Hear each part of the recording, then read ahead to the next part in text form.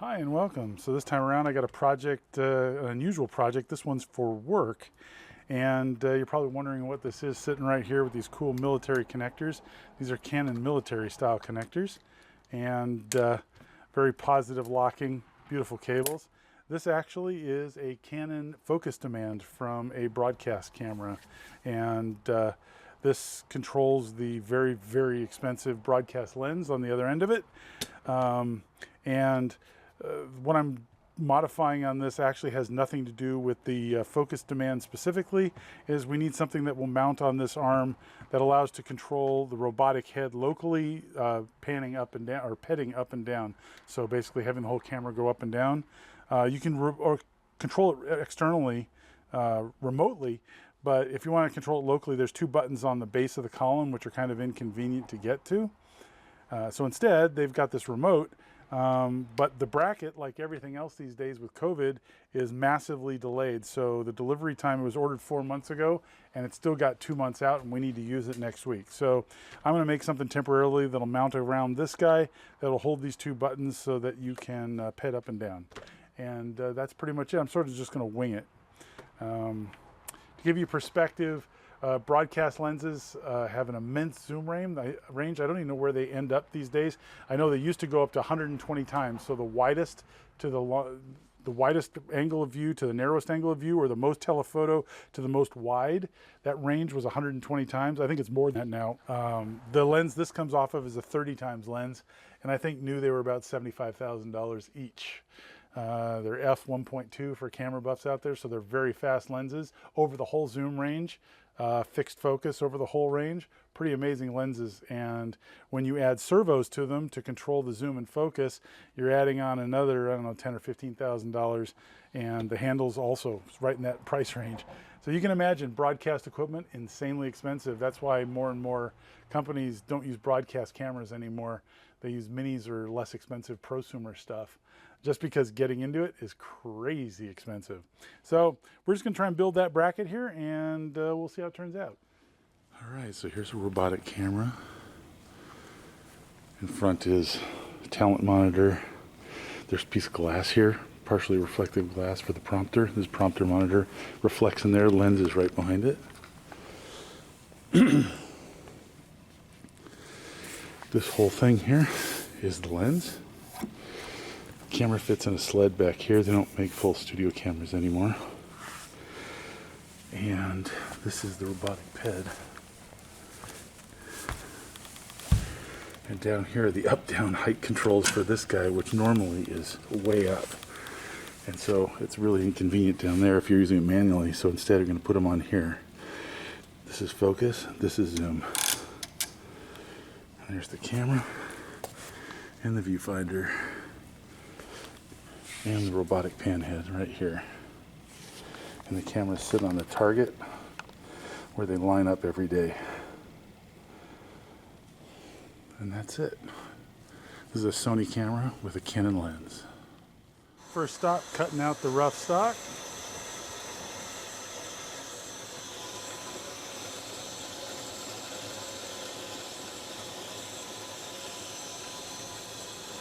When cutting aluminum, tends to load up the saw teeth, so I use some of this stuff, and you can tell when it's loading up because when the blade comes around, it'll thunk as it comes around, and so you pop some of this stuff on and it quits thunking immediately. I also use this wire brush to clean stuck-in chips off sometimes. Kind of think of a way to automate this. Haven't quite figured it out yet, but that's another future project. Now we're just rough dimensioning the stock. I'm going to take off 50 thousandths pass here.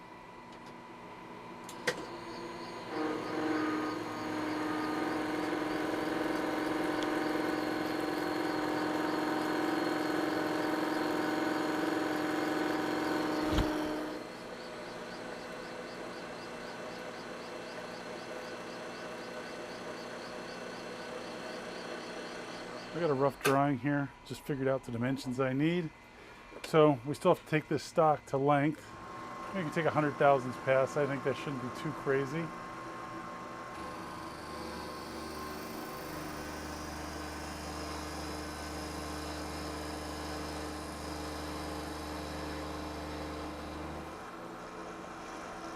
And you see it's cutting on the way back. That means there was some deflection. So here's hoping that drill bits that normally cut oversized will continue to cut oversized, because I really needed to cut oversized. But these Hogan annular cutters tend to cut right on size. So what I really need is 1.257. This should be 1.250.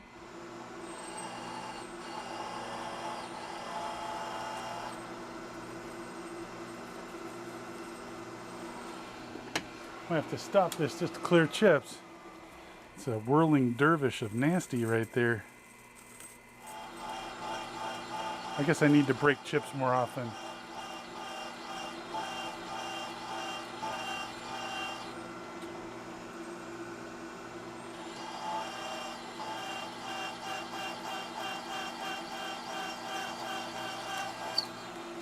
And we're through. Here's the slug that came out of the middle. Did a really nice job cutting it out.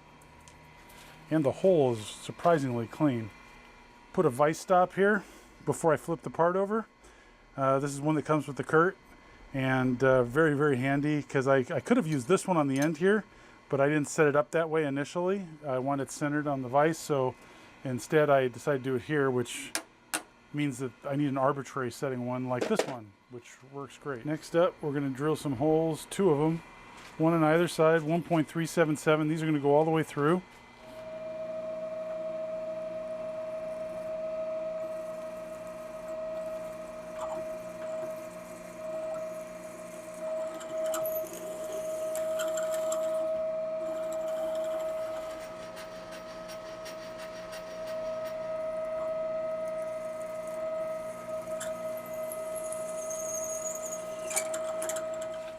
Well, that was silly of me to drill these holes through here. I got my order of operations kind of funky, because when this thing gets cut in half, we're actually just losing all of the material on one half of this on the end.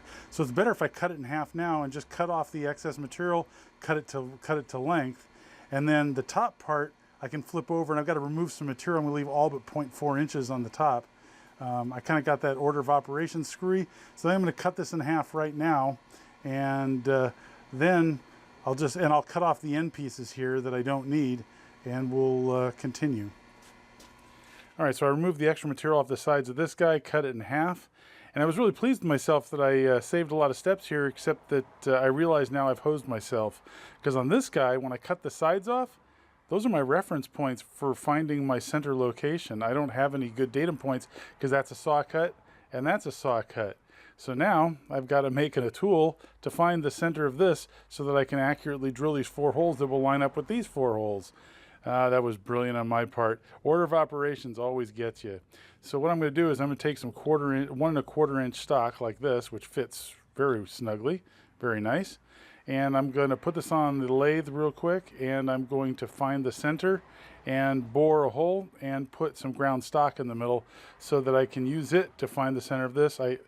I could actually use this as well, but I think it'll be easier if I have a smaller diameter pin. So that's where we're headed.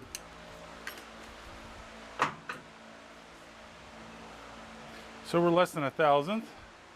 We'll call that good. This isn't an ultra precision anything. It's just to locate some screw holes to cinch that guy down. So definitely not anything to worry about. Just want to get it close because it was way off. It was more than 5/1000ths out.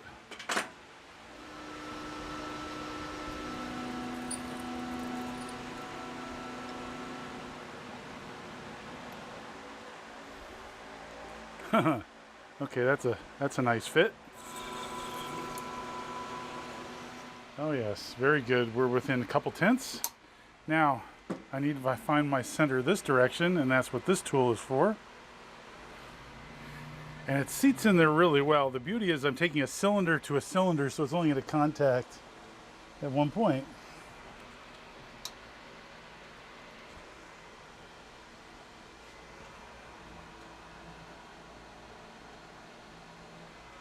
So we got a Y0.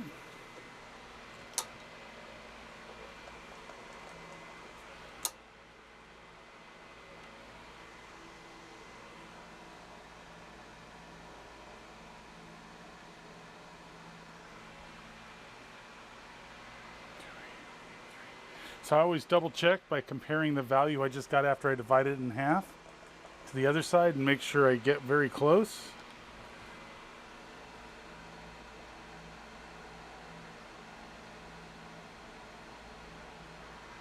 And dead on. So we now have center.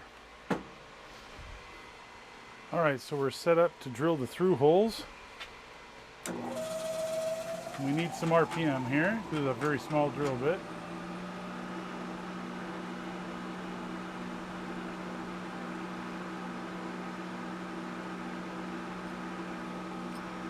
We're going for 440 through hole. So you might see the drill bit deflect a little bit. So what I do is I let it go in slowly so the flutes can finally center it. I could use a centering drill, but I've had pretty good luck with this. And this is not a super precision operation by any stretch. For the other side, I don't really need to use the same method, but just to be consistent, if there was any inaccuracy, we'll hopefully keep the same inaccuracy. So it'll line up.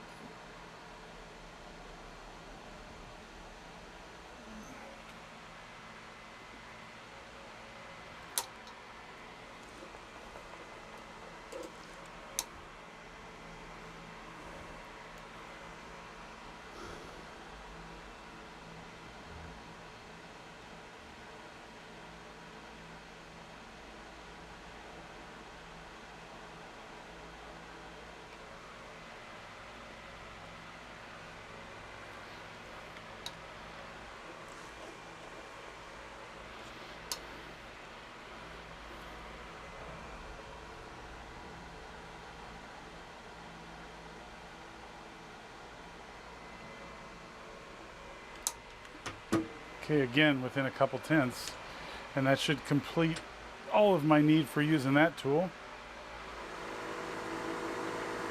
I think I'm going to need a center drill for sure on this one, because it's deflecting that tiny drill bit a ton. So we'll give it a starting point.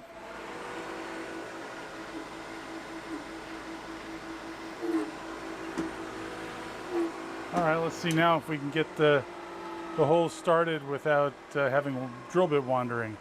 That was rather significant. I don't think I've ever seen quite so much. Probably because the saw cut surface is very uneven.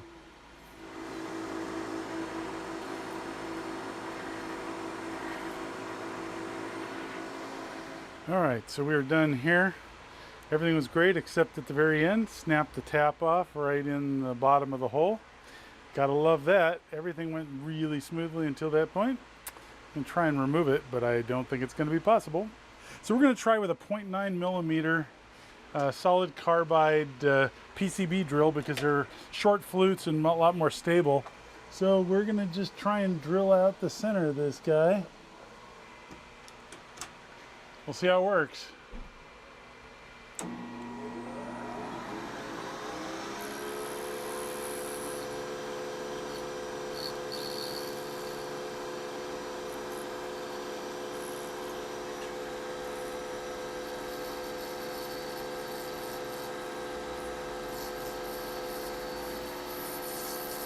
I'll be damned, it looks like I'm actually drilling into the tap without too much difficulty. Until then!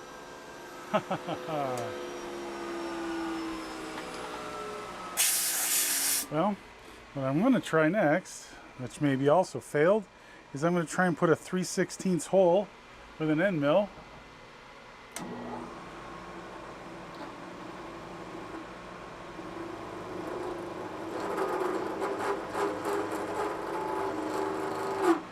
And then put a insert in there with threads. It's a very decent likelihood I'm destroying this end mill, which is sad. It was a used end mill. I bought it in a lot, but still. After a little bit of work and a lot of wasted end mills and such, I was able to drill that back out. So I'm going to try and create an insert for that I can tap, that will still hold threads. What a interesting experience. It's mostly a learning experience at this point, so that's why I'm still pursuing it. So I'm gonna get some pin gauges, find out what diameter that is, and then I'm gonna try and do an interference fit with some Loctite, and that should be plenty strong, I hope.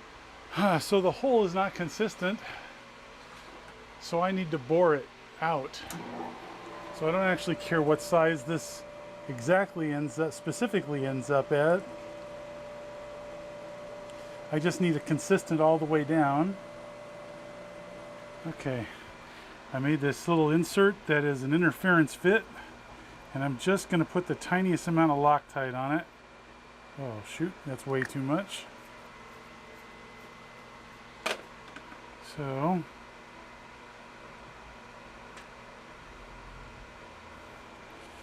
we're just gonna, I've got a screw threaded in here already because I tapped it on the lathe. Seems like a good place to do it.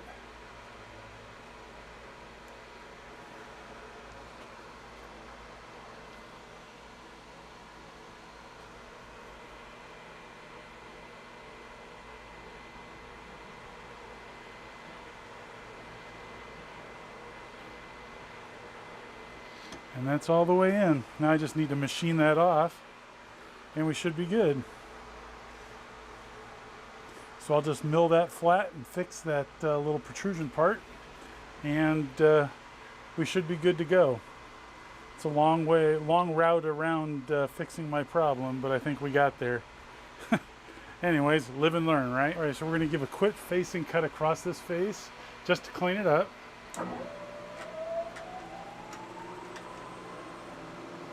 So I just need to bring this up and touch off. And that's probably my Z-nut. So we'll go down 10 thousandths.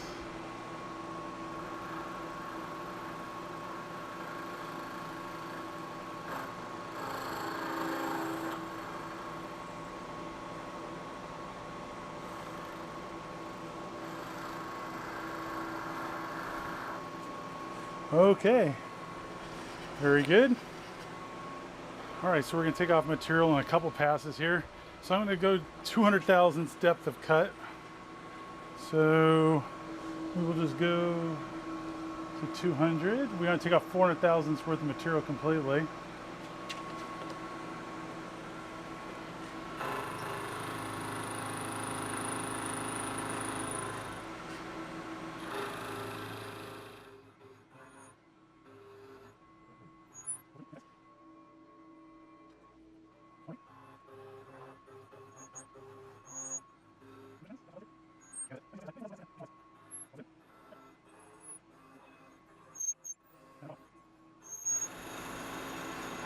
And we're done.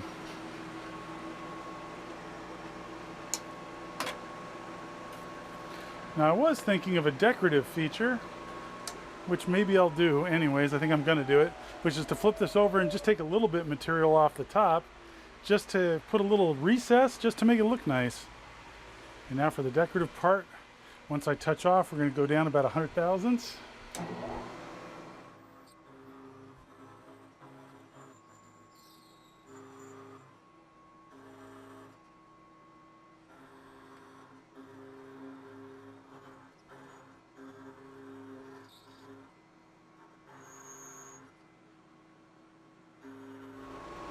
Have to take some more material off because these switches actually don't have threads going all the way to the top, which I didn't notice when I was laying this out.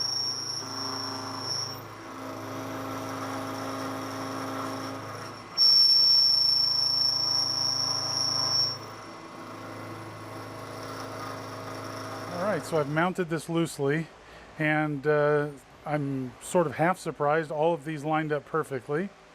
And here's the top. I didn't cinch it down because it's not going to go on this handle. It's going to go on one of the ones that you saw on stage. This is actually a spare. So this was just my test thing. One thing I've got is these cheese ball plastic threads really don't like to hold very well on the switches. And the guy who built these, the rep from Vinten, didn't know how much length wire he's going to need, and he needs more than he left there. So I'm going to have to put some heat shrink over that and extend those wires a little bit so I can dress them in more nicely. But all in all, pretty good project. Got to fix a hole where I broke a tap off in, and I'm reasonably comfortable. I think a slightly better design would have these buttons a little bit closer to center line. However, that doesn't give you much material. Even 440 screws, you know, barely had enough clearance to get through here. So I could get them in a little bit, but not a whole lot more with the switches that were given to me by the manufacturer. So I'm not quite sure how to pull that one off. Also, I might have to flip these two because there's a possibility that up and down or backwards. You probably want up on the left and down on the right. So anyways, that was a pretty fun project, and I hope you learned something. Thanks for watching. Hope to see you next time.